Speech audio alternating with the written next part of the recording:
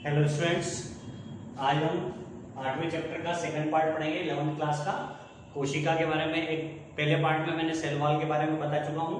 अब हम पढ़ेंगे सेल मेम्ब्रेन या प्लाज्मा मेम्ब्रेन। उसके पहले आपको एक जनरल एटिकेट सिखा देता हूँ मोबाइल के या यूट्यूब चलाने के। जब आप यूट्यूब चलाते हो और इतने अच्छे सर सामने दिखते हैं तो उसको लाइक करना बहुत जरूरी होता है, ठीक है, वरना पाप लगेगा।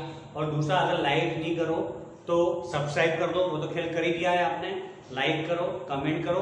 अगर लगता है कि सर की दाढ़ी दिख रही सफेद तो ऐसा बोल भी दो कि सर दाढ़ी बना लो, ताकि अगले दिन स्मार्ट बन के वापस आ जाए। चलो मुद्दे की बात पे आते हैं अपन।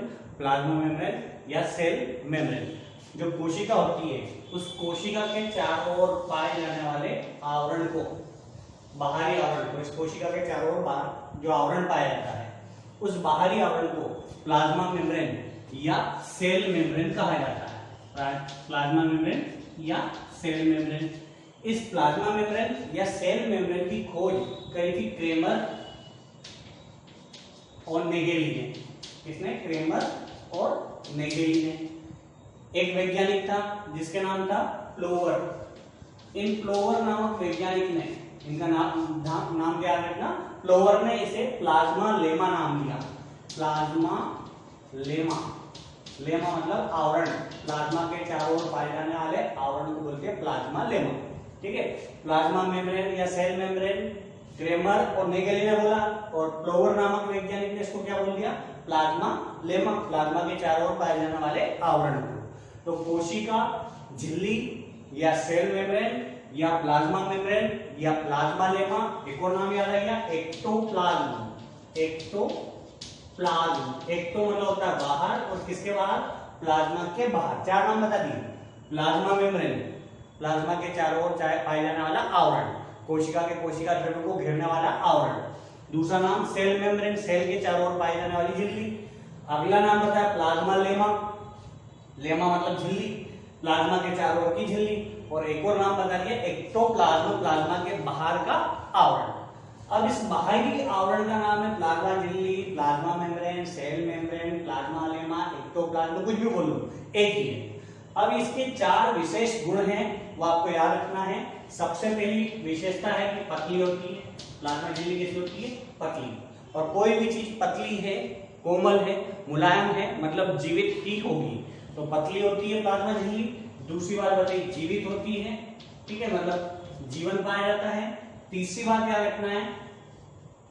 प्रत्यास्थ होती है, इलास्टिसिटी का गुण पाया जाता है, ठीक है, लोचदार होती है, प्रत्यास्थ। और आखिरी मेन गुण इसका चयनात्मक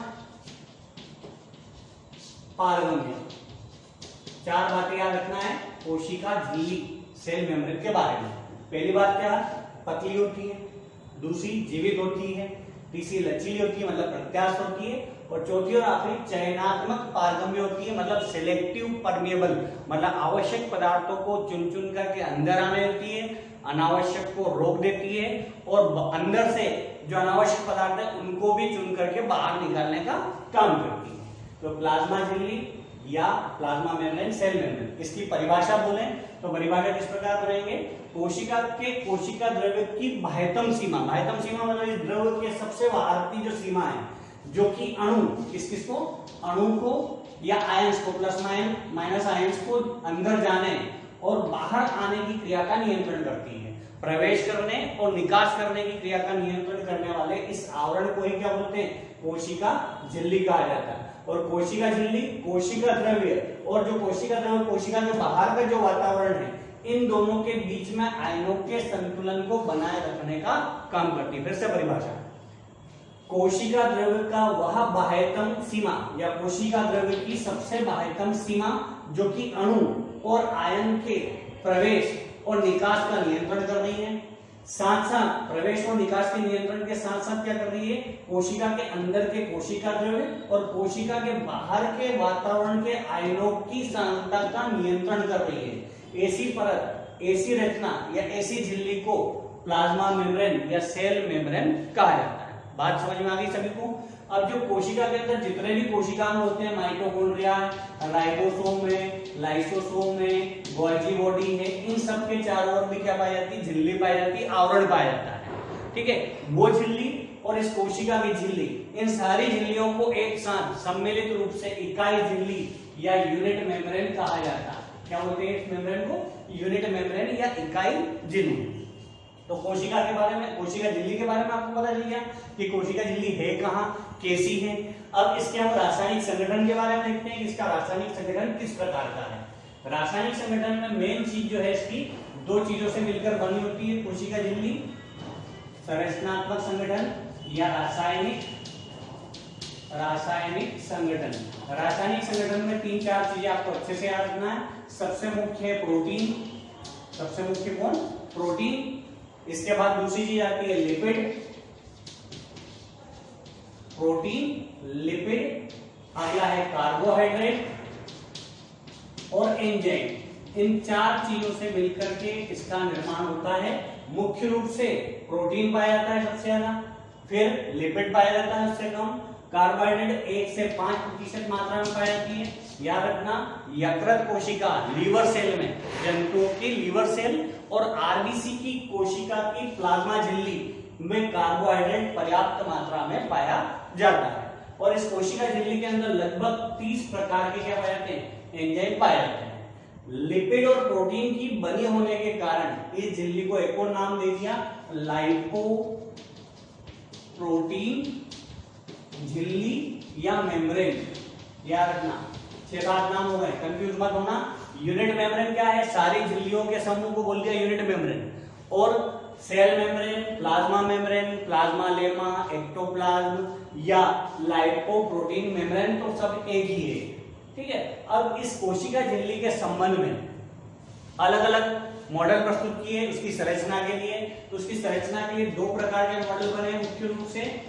एक तो बाइलेयर द्विस्तरीय मॉडल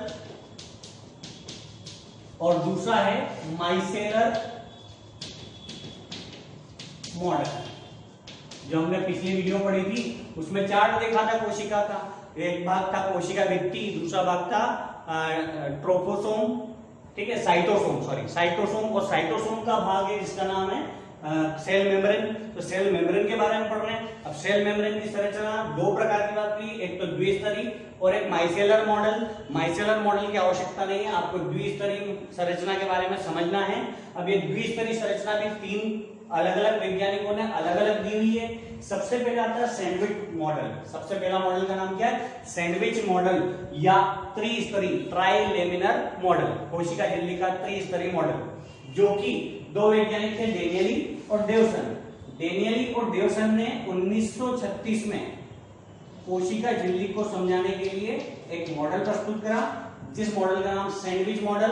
अपन सामान्य भाषा में बोले हॉट डॉग, आपने देखा होगा, बीच में मसाला भरा, ऊपर और नीचे ब्रेड की परत, तो वो हॉट डॉग या सैंडविच के समान दिखाई देती है। इस कारण इसको सैंडविच मॉडल या त्रिस्तरीय ट्राइलेमिनर मॉडल, मतलब 3 स्तरों की बनी हुई कोशिका झिल्ली होती है। 3 स्तर कौन कौन से? सबसे ऊपर का जो स्तर होता है वो प्रोटीन का बना होता है, 20 एंगस्ट्रॉम मोटा होता है। सबसे नीचे का स्तर वो भी प्रोटीन का बना है, ये भी 20 एंगस्ट्रॉम मोटा है। और दोनों प्रोटीन के मोटे स्तर, मतलब 2 ब्रेड के बीच में आलू का मसाला भरा है। जो आलू का मसाला भरा है वो क्या है? वसा का स्तर, जो कि 35 एंगस्ट्रॉम मोटा होता है। कितना मोटा? 35 एंगस्ट्रॉम। तो टोटल बात करें तो 20, 35 और 20, मतलब प्लाज्मा झिल्ली की जो मोटाई होती है वो लगभग कितनी होती है? 75 एंगस्ट्रॉम की होती है। सैंडविच मॉडल या ट्राइलेमिनर मॉडल, त्रिस्तरीय मॉडल डेनियली और डेवसन ने दिया था। और इन्होंने बताया कि 2 प्रोटीन की परत के बीच किसके? वसा के अणु पाए जाते हैं, वसा के कण पाए जाते हैं। अब ये जो वसा है, इस वसा के अणुओं में 2 सिरे होते हैं। एक तो हेड कहलाता है, हेड मतलब सिर, जो कि हाइड्रोफिलिक प्रकृति का होता है, हाइड्रोफिलिक। और जो टेल होता है, नीचे वाला हिस्सा, ये हाइड्रोफोबिक होता है। फोबिक शब्द बना है फोबिया से। फोबिया से मतलब होता है विरोध करने वाला, डरने वाला। जल स्नेही सिरा और जल विरागी सिरा, मतलब ये जल से स्नेह रखने वाला भाग और जल से वैराग्य, विरोध रखने वाला भाग। तो ये जो वसा लिख रही है, ऊपर ये वसा की परत है, ये भी वसा की परत है। तो वसा की परत में जो हेड वाला भाग है वो जल स्नेही है, मतलब जल के साथ स्नेह रखता है। और जो ये वाला भाग है जो दोनों आपस में आमने सामने स्थित है, पूंछ वाला भाग, ये जल विरागी भाग है, मतलब जल से स्नेह नहीं रखता है। तो जो हेड वाला सिरा है, जो जल स्नेही सिरा है, वो किस ओर है? प्रोटीन की ओर है। और प्रोटीन और वसा जो है आपस में एक दूसरे से जुड़े रहते हैं हाइड्रोजन बंध के द्वारा। ये प्रोटीन के कण और ये वसा का हेड, ये दोनों आपस में किससे जुड़े हुए हैं? हाइड्रोजन बंध के द्वारा। इसी प्रकार दो वसा के अणु आपस में एक दूसरे से जुड़े रहते हैं, वो कौन से बल के द्वारा? वॉन डेर वाल बल के द्वारा आपस में जुड़े रहते हैं। ये सब किसने बताया? डेनियली और देवसन ने। परंतु इनका मॉडल जो है अमान्य घोषित कर दिया गया। क्यों करा है आगे बताएंगे।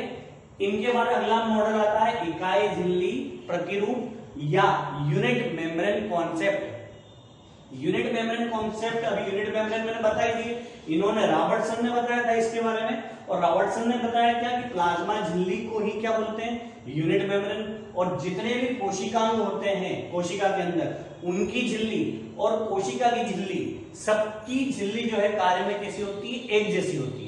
इस कारण सारी झिल्लियों को संयुक्त रूप से क्या कहा जाता है? इकाई झिल्ली या यूनिट मेम्ब्रेन कहा जाता है, जो कि कितने स्तर की बनी होती है? 3 स्तर की प्लाज्मा मेम्ब्रेन ये त्रिस्तरीय होती है। ये किसने बताया था? रॉबर्टसन ने बताया था। पर इन दोनों के सिद्धांतों को अमान्य घोषित कर दिया गया।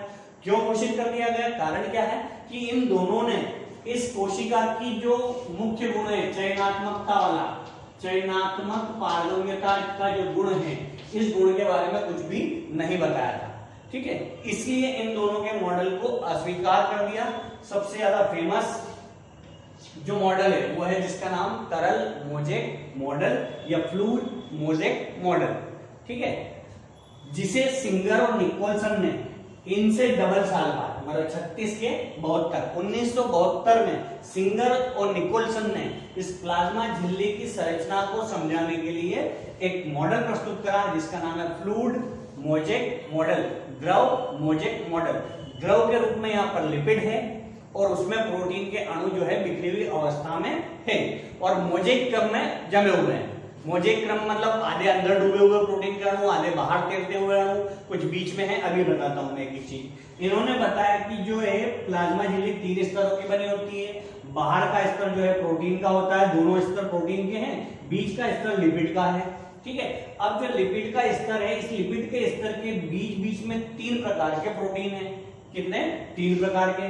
पहला प्रोटीन जो बाहर की ओर स्थित प्रोटीन है, इस प्रोटीन का नाम रखा उन्होंने परिधि प्रोटीन या एक्सट्रिंसिक प्रोटीन, जो बाहरी सिरे पर पाया जाता है। केवल किसके बाहरी सिरे पर? इस पूरी झिल्ली के बाहरी सिरे पर पाए जाने वाले प्रोटीन का नाम परिधि प्रोटीन, एक्सट्रिंसिक प्रोटीन है, जो इस झिल्ली का लगभग 30% भाग का निर्माण करता है। इस प्रोटीन के लिए उदाहरण के रूप में यहाँ पर आपको दिख रहा नहीं होगा, स्पेक्ट्रीन नाम का प्रोटीन जो है वो बाह्य प्रोटीन के रूप में पाया जाता है। दूसरा आता है आंतरिक प्रोटीन या इंट्रिंसिक प्रोटीन, जो कि लगभग 70% मात्रा में पाया जाता है। कितना ज्यादा मात्रा में? ये इंट्रिंसिक प्रोटीन है, जो कि अंदर की ओर धसा हुआ दिख रहा है, ये इंट्रिंसिक प्रोटीन है। इन दोनों प्रोटीन के अलावा एक तीसरा प्रोटीन है जिसका नाम है टनल प्रोटीन। वह प्रोटीन जो पूरी झिल्ली को घेरे रखता है, झिल्ली को घेरे रखता है, क्या कहलाता है? टनल प्रोटीन कहलाता है। अधिकांश प्लाज्मा झिल्ली में ये टनल प्रोटीन पूरी झिल्ली में पाया जाता है और इस टनल प्रोटीन का काम है ट्रांसपोर्टेशन, मतलब कि कोशिका के अंदर के पदार्थों को इस झिल्ली से होकर के बाहर निकालना और बाहर के पदार्थों को अंदर ले जाने का काम करता है टनल प्रोटीन। अब इस प्रोटीन के मॉडल को या तरल मोजेक मॉडल को एक बहुत अच्छे से उदाहरण द्वारा हम समझ सकते हैं। कैसा उदाहरण? कि जैसे या तो आप बर्तन ले लो, बर्तन में पानी भर दो और पानी के ऊपर आप बर्फ के टुकड़े डालोगे तो ऐसे अंदर कुछ डूबे हुए, कुछ अंदर, कुछ बाहर, कुछ इस तरीके से आपको दिखाई देंगे। तो इस व्यवस्था को देख करके ही इन्होंने ये मॉडल बनाया। ठीक है, यहाँ पर लिपिड तो तरल है और प्रोटीन जो है यहाँ पर मोजेक क्रम में अंदर जमे हुए हैं। इसको उन्होंने बहुत अच्छे शब्द द्वारा समझाया कि लिपिड के समुद्र में प्रोटीन के द्वीप, ठीक है, प्रोटीन के बर्फीले द्वीप के रूप में इन्होंने समझाया था। किसने? सिंगर और निकोलसन ने। मतलब एक और उदाहरण देख लें अपन। मान लो किसी हलवाई की दुकान पे जाकर कढ़ाई देखना, उस कढ़ाई में क्या भरी रहेगी? चाशनी। और अगर वो कढ़ाई गुलाब जामुन की है तो कुछ गुलाब जामुन यहाँ, कुछ यहाँ, कुछ यहाँ, इस प्रकार व्यवस्थित होंगे। तो ये संरचना, ये दोनों संरचना किसके समान है? तरल मोज़ेक मॉडल के ही समान है। इसमें जो ये तरल पदार्थ है, ये तरल पदार्थ तो किसका है? लिपिड का। और जो ये गोले दिख रहे हैं ये कौन है? प्रोटीन है, जो कि कौन से क्रम में जमे हुए? मोज़ेक क्रम में जमे हुए व्यवस्थित होते हैं। तो ये मॉडल हो गया तरल मोज़ेक मॉडल। अब आता है इस प्लाज्मा मेम्ब्रेन के कार्य कि प्लाज्मा मेम्ब्रेन करती क्या है। तो प्लाज्मा मेम्ब्रेन के कुछ कार्य हैं, जिसमें से पहला कार्य है जल को बाहर निकालना या अंदर लेने में या जल के परिवहन में मदद करना। दूसरा काम है अणुओं का परिवहन करना। इस झिल्ली का अगला काम क्या बता दिया? विभिन्न प्रकार के अणु और अणुओं का परिवहन करना। अगला काम है इसका सुरक्षा प्रदान करना। मुख्य काम क्या है इसका? कि कोशिका को क्या करना? सुरक्षा प्रदान करना, एक निश्चित आकार प्रदान करना। अगला है आयनों के संतुलन को बनाए रखना, बैलेंस को बनाए रखना आयन्स के। अगला है उत्सर्जी पदार्थों को शरीर से या कोशिका से बाहर निकालना। इसके अलावा गति और प्रचलन में मदद करना। जब इस प्लाज्मा झिल्ली में विशेष प्रकार की परिस्थितियां बनती है तो उन परिस्थितियों के चलते यहाँ पर सीलिया और फ्लैजिला नामक रचना का निर्माण होता है, जिसके द्वारा ये गति और प्रचलन कर पाते हैं। अगला मीजोसोम्स का निर्माण करना। अगर याद हो जीवाणु की कोशिका की संरचना पड़ी थी, तो जीवाणु की कोशिका के यहाँ पर ऐसे कुछ विशेष प्रकार की रचना थी जिसका नाम है मीजोसोम, जो कि माइटोकॉन्ड्रिया के समान व्यवहार करता है, माइटोकॉन्ड्रिया के समान। तो यह मीजोसोम का निर्माण भी कोशिका झिल्ली के परिवर्तन के फलस्वरूप ही होता है। मतलब मीजोसोम के निर्माण में मदद करती है कौन? प्लाज्मा मेम्ब्रेन या कोशिका झिल्ली। ये अगला टॉपिक हुआ हमारा प्लाज्मा मेम्ब्रेन।